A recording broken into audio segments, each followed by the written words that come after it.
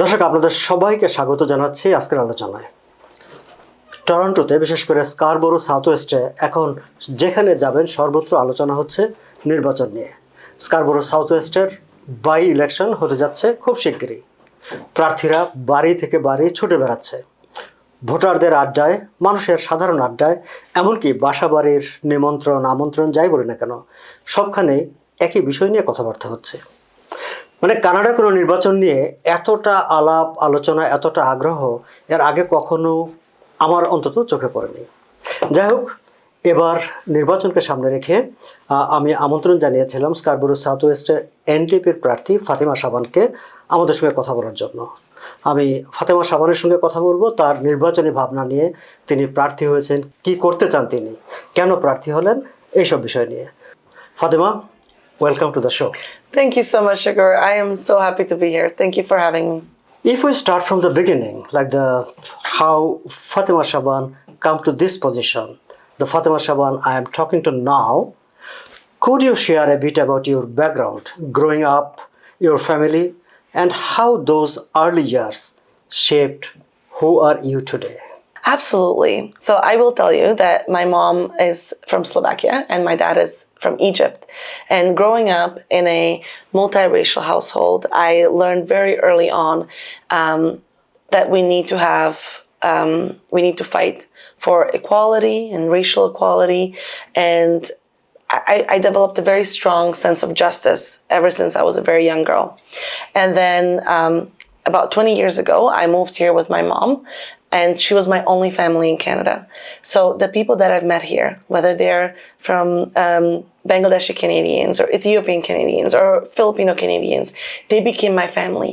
These are the people that are helping me to raise my family right now. And, there was a time where I felt really hopeless. And a few years ago, my mother was diagnosed with very rare and aggressive cancer.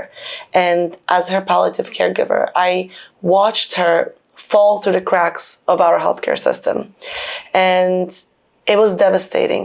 I felt so hopeless. And then when my kids went to school, I saw how underfunded our school system is. And I thought, hold on, our kids should have the best, but we are barely fighting for basics. And when my neighbors, they faced unfair rent increases, I stood shoulder to shoulder.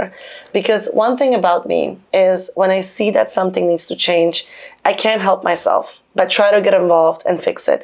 So I joined the school council at Regent Heights Public School, where we are fundraising, to make our kids' experience a little bit better. But at some point I thought, I need to do a little bit more. Real change happens at Queen's Park, and that's where I need to be. I'm done waiting. I'm done waiting for somebody else to get involved and fix this. I want to fix it while my kids are still in there. So that's how we got to this point. If I want to know, what first draw you into community advocacy, because you are better known as community advocate so far, and why did you decide to run for provincial politics? Well, as you may know, I've ran before federally, and I think that's a question that a lot of people have. And I have also that question. Okay, great. I'll get ahead of it. But as you said, I'm a community advocate, and it's because I truly love the people here. When you don't have a big family, you need to build connections with your community. And last year in 2025, there was a spot opened up to run for the federal NDP, even when the political conditions were very difficult for the federal NDP. But I thought, you know what? It will give me a great opportunity to hold people accountable, to sit across from our MP at that time, Bill Blair, and to ask him the tough questions that everyone wants to know. It will give me an opportunity to walk up to people's doors and knock on their door and say, what's wrong? How can we help? How can I better represent you? Now, it is true that a lot of the issues around which I organized are practical and therefore are more applicable to the provincial side of things. Of course, when the spot opened up, I thought, great, I will give it a try. And that's what brought me here. Now, if I ask you another question, like Dolly Begum, who represented Scarborough Southwest for the NDP for, I think, 8 years. Yeah. and served as deputy leader before leaving the party. Now she is MP from Liberal Party, another party. How did you react to her decision, and when do you say to NDP supporters who feel let down or confused by the shift? What do you say to NDP supporters? I have a lot of respect for Dolly, and no one can take away the years of service that she has dedicated to this riding. She made a decision, a very personal decision, to go from provincial politics to federal politics. I think before looking at parties, it's really a different realm altogether. And of course, understandably, some people may be upset about this decision. People that, to get elected, now that I'm running my own campaign, I see how much goes into it. But I think the conversation needs to shift on the people in Scarborough Southwest. And Dolly, along with the Ontario NDP team, has done a tremendous work here. We are known for providing an excellent service here in Scarborough Southwest, and that is exactly what we are going to continue doing. So I'm very excited to join the team, and frankly, I am actually looking forward to working with Dolly in the future. Oh, good. Yes. Scarborough Southwest is home to thriving Bangladeshi and broader South Asian community with unique priorities.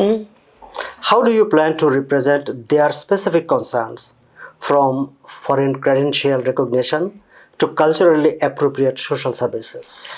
Absolutely. And, I absolutely love this riding. We have a very successful and vibrant immigrant community here in Scarborough Southwest.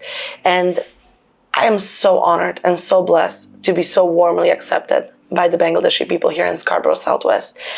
And many of them have shared with me they are struggling with having their credentials recognized.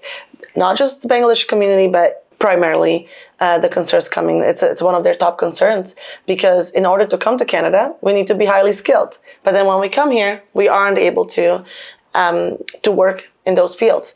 That is why I'm very happy that part of our 3-point healthcare plan is to actually expedite the credential recognition system for foreign trained professionals, so they'll be able to get into workforce faster and into the workforce of their field, such as nurses and doctors.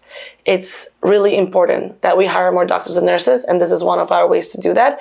But I would like to see that expanded even beyond that. Engineers and other professions, I think that we need to expand the system to other professions. Now, for culturally appropriate services, I absolutely agree with you. I think having, for example, senior care and culturally appropriate home care is very important as well. We all know someone who is aging, and how wonderful it would be to have a nurse that would speak their language, to understand their needs, to be able to provide dietary... And understand their culture as well. Yes. So much of... Yes, that's and absolutely. So many, like the South Asian people, they are, even like the religiously, they are sensitive. Absolutely. Hiring people that understand them, right? And many newcomers and local business owners along Danforth and Eglinton face rising commercial rents and economic pressures. What specific provincial measures will you advocate for to support newcomer families and local enterprises? Very good question. And you may know that I'm doing a lot of canvassing in Scarborough Southwest, but I'm also doing, going business to business. And I spoke to many business owners, and there are a few things they highlight right away. One is the commercial rent is very high, and that is the Ontario NDP is calling for commercial rent control. And this is going to be extremely helpful to businesses. Now, other thing that we're hearing from is also hydro bills and all the other bills associated with running business. But one story stands out to me. I was canvassing on Kingston Road, and I entered this business, and I asked him, look, how are things doing? And he goes, Fatima, people do not have money to spend and to shop in our store. And I think it starts with fixing our economy and affordability, making sure that people have more money in their pockets by, let's say, cutting the tax on groceries, for example.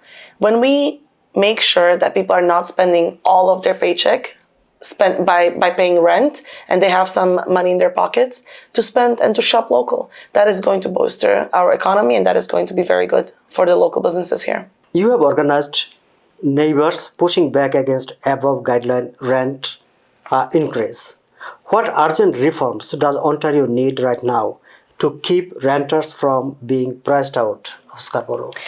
So we need two reforms. One is we need to bring back the rent control. The decisions that Doug Ford made in 2018 were devastating to so many people, and we see the fallout of that to this day. Now, so one is bringing back rent control. Number two is abolishing above guideline rent increases that are predatory. They're not only bad for tenants, of course they're bad for tenants, but they're also bad for small landlords, because if what happens is they completely backlog with their application above guideline rent increase, is usually a very large application, they backlog the landlord and tenant board, which is already stretched. So a small landlord, someone who's renting out their basement, they actually aren't, bring their complaints before the board because they're being, there is a backlog. So it takes months for them to get any sort of relief or judgment on that. You are better known as like the advocate for the people who are renting houses, but there are other people who give rent their houses as well. Yes. Those people who own their houses, and in Scarborough Southwest, many landlords are local families renting a basement to pay their mortgage. How do your housing policies support small mom-and-pop landlords facing high costs and delays at the landlord and tenant board? I'm very happy you asked me this question. A lot of people say exactly this, and our policy is so beneficial to small landlords because, as I said, if we cancel the above guideline rent increases, that frees up the landlord and tenant board. Now, more importantly, when the PC government, for example, the government in power right now, they're saying, oh, we are going to pass laws that it will make it easier for landlords to bring in their application faster, between 2 weeks to 1 week or something along those lines. But if they don't actually put money into the landlord and tenant board to fix the landlord and tenant board, well, the backlog is going to take months before they're able to have their case heard anyways. We are fighting for small landlords by ensuring that when we fix the landlord and tenant board, for one, we're going to hire more people. That is going to create more jobs.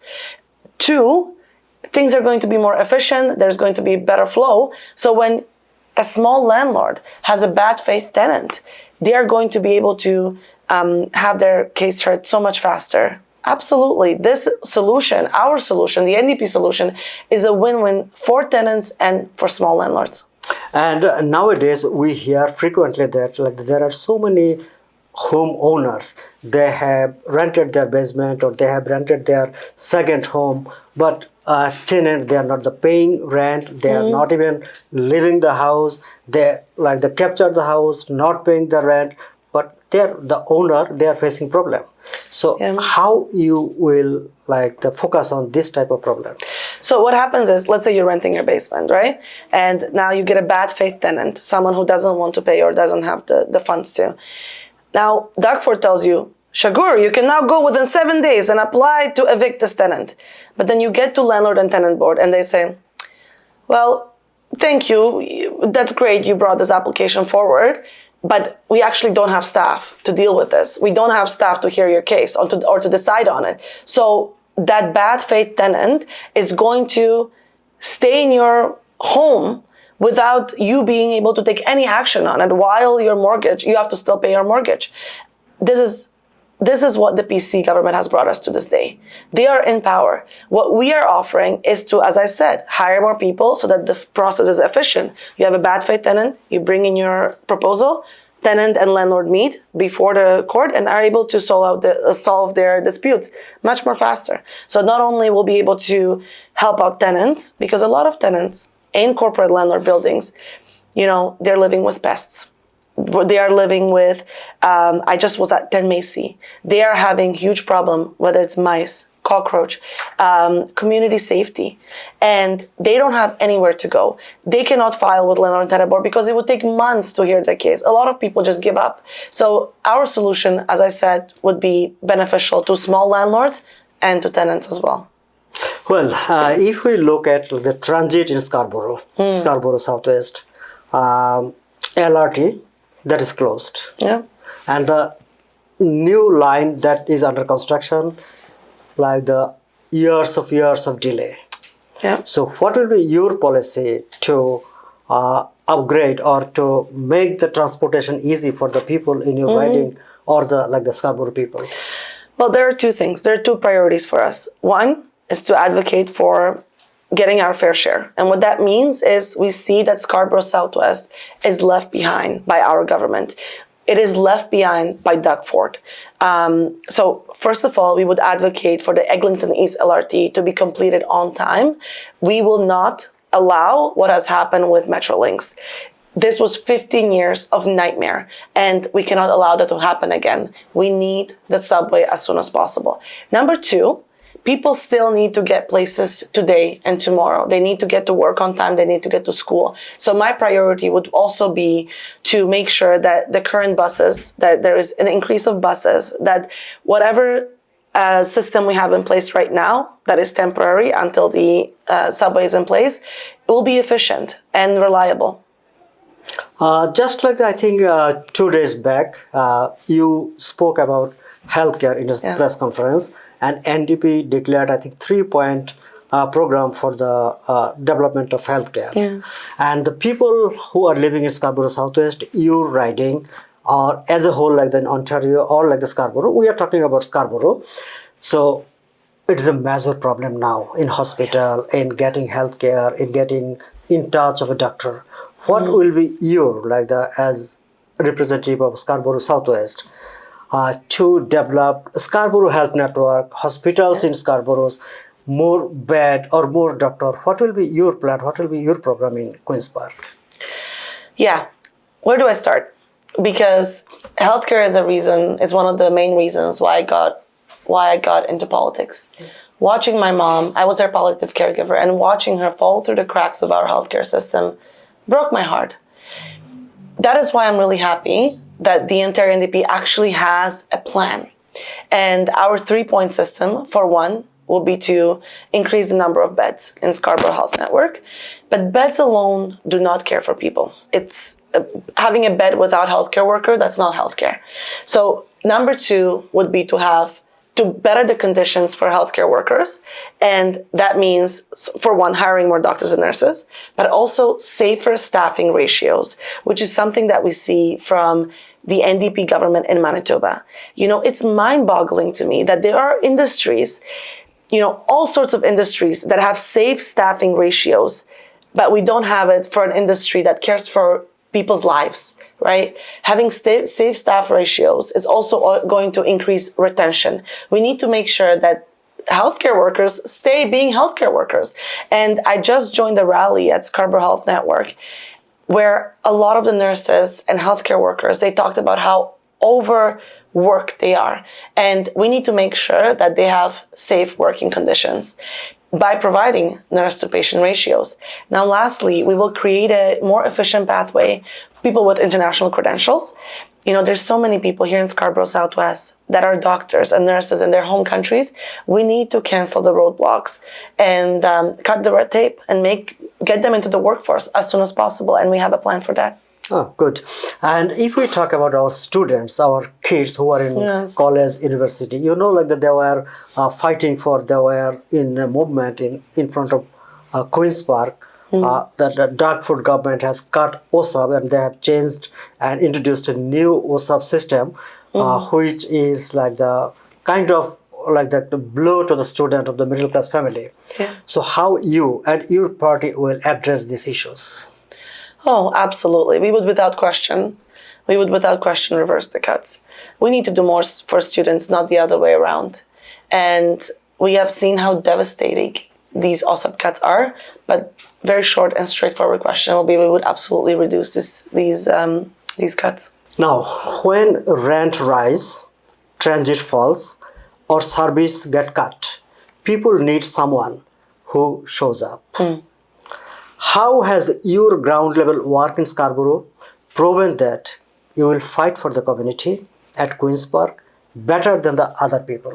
I think my position is very unique because, for one, I not only have I lived here for 20 years, but I also have a very good experience being a community advocate, not just from one angle, not just from education and tenants' rights, but really being well-rounded by living in the community, advocating for the community. And I think that's very exciting to people and why so many people are supporting me, because they don't have to imagine the type of MPP I'm going to be. They are already witnessing and they know that I go above and beyond and that I'm going to put them first, that I'm going to represent them well at Queen's Park, that I'm going to be relentless in fighting for their rights at Queen's Park, but I'm also going to be working very hard on the ground to help them navigate the government from here. And in this interview, actually, most of the, I think my audience, they are from the Bangladeshi community. Yes. And in upcoming election, there are two candidates from Bangladeshi community, from Ontario Liberal and Conservative. Now, if I ask you, or if someone asks you, oh, look, we have two candidates from my own community, why should I vote for you rather than those who are contesting from Bangladeshi community? What will be your responses to them? Well, Shikhor, I will tell you, I absolutely love the Bangladeshi community, and the Bangladeshi community has so much to be proud for. And seeing so many new people of Bangladeshi origin wanting to enter politics and big public servants, I think that's a great thing. But when it comes to elections, people need to ask who is going to be in the best position to represent me.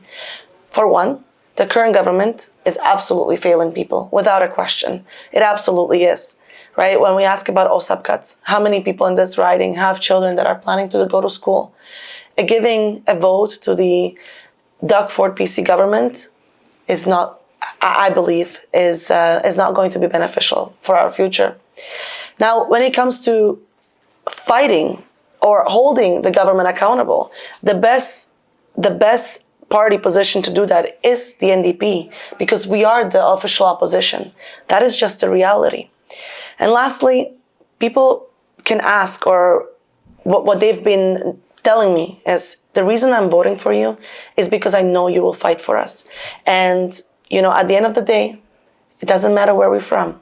When me and you go to the hospital, we're both waiting 10 plus hours in the emergency room. When your kids go to school, they go to school with my kids, and they both are sitting in overcrowded classrooms. We are all in this together, and I am going to fight for us. What do you want to tell the Bangladeshi people who are living in Scarborough Southwest and who will be voting in upcoming election? Yes. Assalamu alaikum. Thank you so much for all your, for everyone who's welcomed me at their doors or events and just has been so kind to me. I can promise you, I will start with that the Ontario NDP has done an incredible work here in Scarborough Southwest for everyone and for including the Bangladeshi community here. And we are going to continue representing your interests and doing a really hard work here and going above and beyond for the people that live in this beautiful riding. Thank you so much for putting your trust in me. I won't let you down. Thank you so much, Fatima, for taking the trouble to come to our office and talking to me. Of course. Very nice to meet you. Thank you. দর্শক, আমরা কথা বলছিলাম ফাতেমা শাবান। আগামী Scarborough south ওয়েস্টের যে by ইলেকশনটি অনুষ্ঠিত হতে যাচ্ছে, সেই ইলেকশনে এনডিপি প্রার্থী হিসাবে তিনি এমপিপি হিসাবে প্রতিদ্বন্দ্বিতা করছেন। এতক্ষণ আমাদের সঙ্গে আলাপচারিতায় তিনি তার পরিকল্পনা, তিনি কেন নির্বাচন করছেন, তিনি কি করতে চান, সেই সব বিষয়গুলো তুলে ধরেছেন। নিশ্চয়ই আপনারা তার বক্তব্যগুলো শুনবেন, ব্যাখ্যা করবেন, বিশ্লেষণ করবেন। আমি আমার আগের বিভিন্ন ভিডিওতে আপনাদেরকে বলেছি যে আমার ক্যাম্পেইন হচ্ছে এই ইলেকশনে vote for the person who is fit, who is capable, who has the capability and skill and experience to be your representative in Queen's Park. আমার সে একই কথা, যোগ্য লোককে ভোট দিন, আপনার ভোটের জন্য যোগ্য প্রার্থীকে বেছে নিন। ভালো থাকবেন সবাই।